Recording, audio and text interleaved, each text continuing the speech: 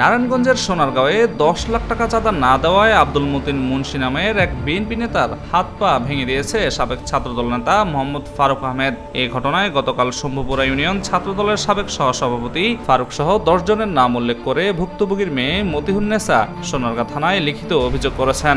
জানা গেছে, আহত মতিন মুন্সি সোনারগাঁও উপজেলা বিএনপির সহ ধর্ম বিষয়ক সম্পাদক ও শম্ভুপুরা ইউনিয়ন বিএনপির যুগ্ম সম্পাদক। মহিতুন্নেসা জানান, দীর্ঘদিন ধরে তার বাবা উপজেলার চর কিশোরগঞ্জ এলাকায় হইচই পার্ক নামের একটি ব্যবসা প্রতিষ্ঠান পরিচালনা করে আসছেন। তবে কয়েকদিন আগে তার বাবার কাছে 10 লাখ টাকা চাঁদা দাবি করেন ফারুক সহ এলাকার চিহ্নিত 10 থেকে 12 জনের একটি সন্ত্রাসী বাহিনী। এরপর তার বাবা 2 লাখ টাকা দিলেও পরবর্তীতে 10 লাখ টাকার জন্য হুমকি ও ভয়ভীতি দিয়ে আসছিলেন।